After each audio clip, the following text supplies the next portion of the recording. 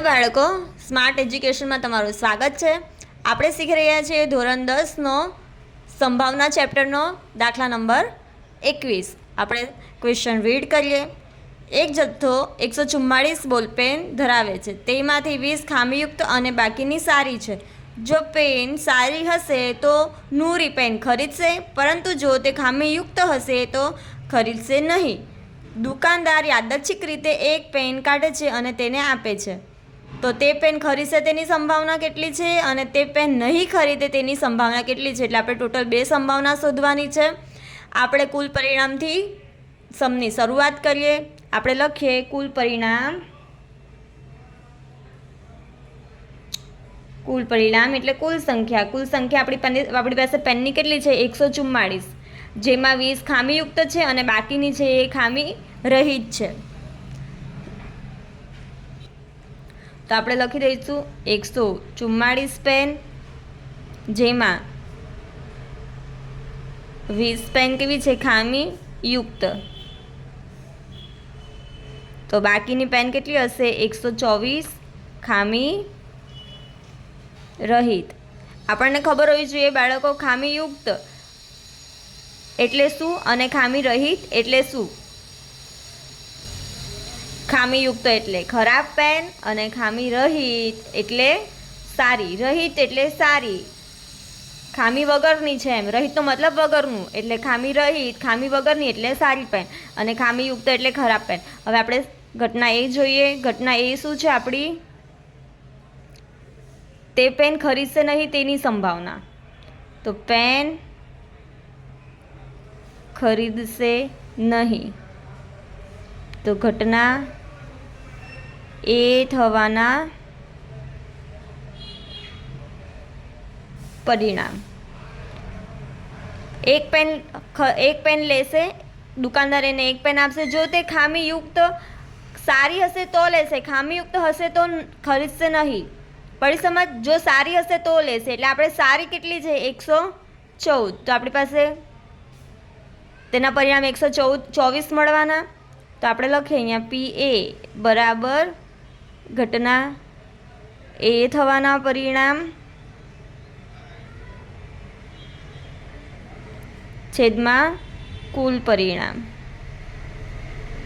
ઘટના એ થવાના પરિણામ આપણી પાસે કેટલા છે 124 અને કુલ પરિણામ કેટલા છે 144। આપણે જેટલા કટ થતા હોય એટલા કટ કરી દઈશું। બંનેનો એકમનો અંક બેકી સંખ્યા છે તો 2 વડે ઉડશે, તો 6 દુ 12 અને 2 દુ 4 થાય, અને 7 દુ 14 અને 2 દુ 4। હજી બંનેની એકમનો અંક બેકી સંખ્યા છે તો હજી 2 વડે કટ થશે। 2 તરી 6, 2 એકા 2 અને 3 દુ 6, 1 વધ્યો અને 6 દુ 12। હવે અહીંયા એકી સંખ્યા છે ને અહીંયા બેકી, એટલે હવે ઉડશે નહીં। એટલે આપણે અહીંયા લખી દઈશું 31/36। તો PA બરાબર 31/36 આવશે। હવે આપણી ઘટના બી શું છે? ઘટના 2 કે તે પેન નહીં ખરીદે તેની સંભાવના શું છે? તો આપણે અહીંયા લખીએ ઘટના બી બરાબર પેન નહીં ખરીદે। પેન ક્યારે નહીં ખરીદે? જ્યારે તે ખામી યુક્ત હોય, એટલે કે ખરાબ હશે ત્યારે નહીં। એટલે આપણે ખરાબના પરિણામ લખવાના। ક્યારે નહીં ખરીદે? જો પેન ખરાબ હશે તો। જો પેન ખરાબ હશે તો નહીં ખરીદે। તો આપણે અહીંયા લખી દઈશું ઘટના બી થવાના પરિણામ। આપણી પાસે ખરાબ પેન કેટલી છે 20 છે, તો આપણે 20 લખશું। અને અહીંયા લખીએ PB બરાબર ઘટના બી થવાના પરિણામ છેદમાં કુલ પરિણામ। ઘટના બી થવાના પરિણામ આપણી પાસે કેટલા છે 20 છે, અને કુલ પરિણામ આપણી પાસે કેટલા છે 144। જેટલા કટ થતા એટલા કોમન કટ કરશું, તો 10 દુ 20 અને 7 દુ 14 અને 2 દુ 4 72। હજી અહીંયા બંને બેકી સંખ્યા છે તો 5 દુ 10 થશે અને 36 દુ 72 થશે। તો 5/36। તો આપણું PB બરાબર શું આવશે 5/36। હવે આપણે આગળનો સમ જોઈએ। આપણે કોષ્ટક રીડ કરીએ. આપણે ક્વેશ્ચન નંબર 22માં કોષ્ટક છે, કોષ્ટક પૂર્ણ કરવાનું છે. ઉદાહરણ 13ના સંદર્ભમાં એક નીચે આપેલ કોષ્ટક પૂરું કરો. આપણને ઘટના આપી છે, પાસા પરનો સરવાળો. આપણને આ પાસા પરનો સરવાળો આપ્યો છે અને તેની સંભાવના આપી છે. 1/36, 2ની સંભાવના છે, 8ની સંભાવના 5/36 અને 12ની સંભાવના 1/36. આપણી પાસે આ 2 થી લઈને 12 સુધીના નંબર્સ છે. અહીંયા આપણું આવ્યું નહીં એટલે આપણે અહીંયા નીચે લખ્યું છે. આપણે આ કોષ્ટક શું કરવાનું છે? પૂર્ણ કરવાનું છે. અને આપણે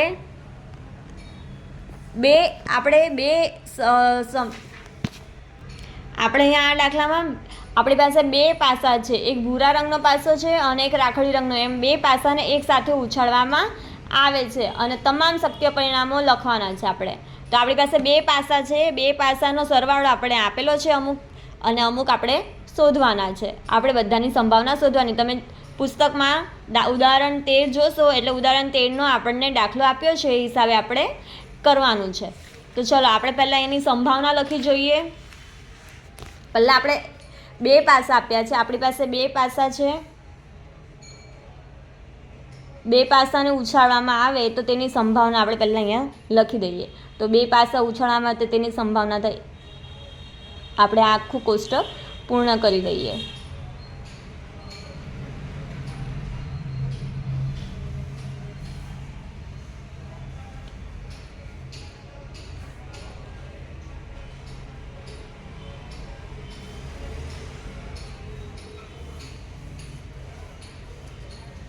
પાસા પરની સપાટીઓ કેટલી હોય? 6 હોય બાળકો.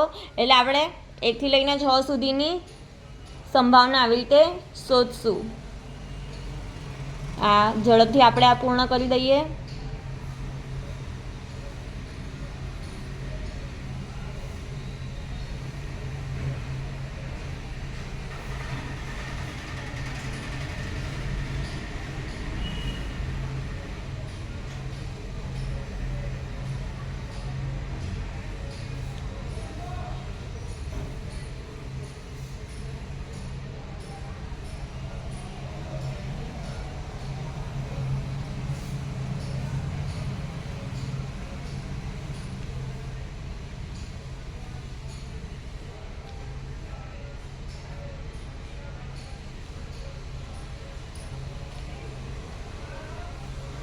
આ ખોટી મજૂરી નથી કરી રહી બાળકો. આ આવડશે આ સંભાવના તો જ આપણને આગળની સંભાવના આપણે શોધી શકશું. આ ક્યારે આપણે કરીએ? જ્યારે આપણે 1 કરતાં વધારે પાસાની સંભાવના શોધવાની હોય ત્યારે. 1 કરતાં વધારે પાસાને ઉછાળવાના હોય એકસાથે ત્યારે, કાં તો એક જ પાસાને 1 થી વધારે વાર ઉછાળવાનો હોય ત્યારે પણ આપણે આ કોષ્ટક બનાવવું પડે. તેવી જ રીતે આ જેવી રીતે 2 પાસાને છે તો 3 પાસાને આવે. એ હિસાબે આપણે આ સંભાવનાઓ લખવાની હોય. આ આવડશે તો જ આપણે તેની સંભાવના શોધી શકશું. હવે આપણને કીધું છે 8 હોય. આપણી સૌપ્રથમ કુલ પરિણામ લખી દઈએ. આ કુલ પરિણામ કેટલા હશે બાળકો? 36 હશે. કેટલા હશે? 36. તો આપણે અહીંયા લખી દઈશું 36. આ ગણશો તો આ ટોટલ તમારા 36 થશે. હવે આપણે ઘટના એ જોઈએ. ઘટના એ શું છે કે સરવાળો. ઘટના એ આપણો સરવાળો કેટલો થવો જોઈએ બાળકો? 2. આની અંદર આપણને સંભાવના કરીને આપી છે તો હવે આપણે 3નું કરીએ. સરવાળો કેટલો થવો જોઈએ? 3 થવો જોઈએ. તેની સંભાવના શોધવાની છે. તો આપણે લખીએ અહીંયા ઘટના એ સરવાળો 3 થાય. તો સરવાળો 3 થાય તેવી સંભાવના આપણી પાસે કેટલા પરિણામ છે? જેનો સરવાળો થાય 3. આ 1 ને 1 2 થાય, તો આ 2 ને 1 3, પછી આ 2 ને 1 3. હવે અહીંયા બીજું કોઈ પણ નંબરનો સરવાળો 3 નહીં થાય. આ 3 ને 1 4 થાય. તો આપણી પાસે એવા કેટલા થયા? 1 અને 2. તો આપણે ડાયરેક્ટ જ લખી દઈશું આમાં. હવે શું થશે? 2ના છેદમાં કુલ પરિણામ 36. તેવી જ રીતે PB બરાબર શું થશે? આપણો જવાબ છે સરવાળો 4 થવો જોઈએ. તો 4 થાય એવી સંખ્યા કેટલી છે?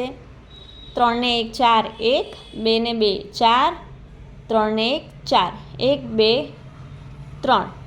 તો એ કેટલા થયા બાળકો? 3 ના છેદમાં 36. આપણે અહીંયા અત્યારે કંઈ ઉડાડતા નથી, આપણે આ નંબર નીચે જે છેદમાં છે એ સેમ રાખીએ છીએ, એટલે કંઈ જ અહીંયા ઉડાડવાનું નથી. હવે સરવાળો 5 થાય તો 4 ને 1 5, 2 ને 3 5, 3 ને 2 5 ને 4 ને 1 5, 1 2 3 ને 4 કેટલી થઈ? 4/36. હવે સરવાળો 6 થાય તેવી સંભાવના. તો 5 ને 1 6, 4 ને 2 6, 3 ને 3 6, 4 ને 2 6, 5 ને 1 6. તો આપણી પાસે કેટલા થયા? 1 2 3 4 અને 5. 5/36. હવે P D પછી આવે E. સરવાળો 7 થાય. 6 થઈ ગયા. હવે સરવાળા 7 માટે આ 1, આ 2, આ 3, આ 4, આ 5 ને આ 6. કેટલા થશે? 6. આપણે 6/36. હવે P E શું થાય? આ 7ની વારી હતી, હવે સરવાળો 8 થાય. તો 8 થાય તેના માટે 6 ને 2 8, 5 ને 3 8, 4 ને 4 8, 5 ને 3 8. તો 1 2 3 4, 1 આ 2 આ 3 4 ને 5 શું થશે? 5/36. હવે G. 8ની વારી હતી, 8 પછી 9. તો આ 1 9, 5 ને 3 9, 4 ને 5 9, 6 ને 3 9. કેટલા આવશે? 4. 4/36. H. 9 પછી 10, સરવાળો 10 થાય. 1 2 અને 3, 10/36. હવે I. 10 પછી 11, 11 6 ને 5 11 ને 5 ને 6 11, એટલે 2, 2/36. અને જે બરાબર જેનો સરવાળો 12 થાય તે સંભાવના આપણી પાસે એક જ છે, એટલે 1/36 થશે. પડી સમજ બાળકો? ખાલી આપણે આ કોષ્ટક જ પૂર્ણ કરવાનું છે. હવે આ કોષ્ટકમાં આપણે આ નંબર્સ લખી દઈશું. 3ની સંભાવના, 4ની સંભાવના, 2ની તો લખી છે, 3 4 5 6 7ની, 9 10 અને 11ની સંભાવના લખીને કમ્પ્લીટ કરી દઈશું. આપણે અહીંયા આ કોષ્ટક પૂર્ણ કરી દીધું છે. હવે આપણે જોઈએ આગળનો દાખલો. આપણે અહીંયા એક પહેલાં સૂત્ર જોઈ જોઈએ. આપણને સિક્કા કાં તો પાસા માટે સૂત્ર આપેલા છે. આપણને પૂછે કે આ સિક્કા આટલી વખત ઉછાળવામાં આવ્યા છે કે પાસા આટલી વખત ઉછાળવામાં આવ્યા છે, તો આપણને ટોટલ નંબર કેવી રીતે ખબર પડે કે આની સંખ્યા કુલ પરિણામ આટલું થશે? તો આપણે અહીંયા પહેલાં સૂત્ર જોઈ જોઈએ. પહેલાં સિક્કા માટે જોઈએ. તો સિક્કા માટે સૂત્ર લખીએ. સિક્કાની 2 બાજુ હોય એટલે 2 અને ઉપર n ઘાત. જેટલી વખત ઉછાળવામાં આવે એ n ઘાત આપણે ઉપર લઈશું. 1 વખત ઉછાળવામાં આવે તો તેના પરિણામ 2 થશે. 2 વખત ઉછાળવામાં આવે તો 2 ને 2 વખત એટલે 4 થશે. 3 વખત ઉછાળવામાં આવે એટલે 2 × 2 × 2 એટલે ટોટલ કેટલી વખત થાય? 6 વખત. આવી રીતે આગળ વધશે એટલે આપણને અહીંયાથી ટોટલ કુલ પરિણામ કેટલા આવે છે ને એ જાણવા મળશે. એવી જ રીતે પાસા માટે આપણને કે તો પાસાની કુલ સપાટી કેટલી હોય? 6 હોય. સિક્કાની તો 2 હોય એટલે આપણે 2 લીધું. એવી રીતે પાસાની 6 હોય તો આપણે 6 લઈશું. તો 6ની n ઘાત. હવે 1 વખત હોય તો 6 વખત જ આવશે. 2 વખત આવે તો 6 ને 2 વખત એટલે 6 દુ 12, તો તેના પરિણામ 12 થશે. 3 વખત આવે તો 6 × 6 × 6. તેવી રીતે આગળ જશે. આપણને આવી રીતે આપણને કુલ પરિણામની ખબર પડશે. તેવી રીતે આપણે એની સંભાવના શોધી શકશું.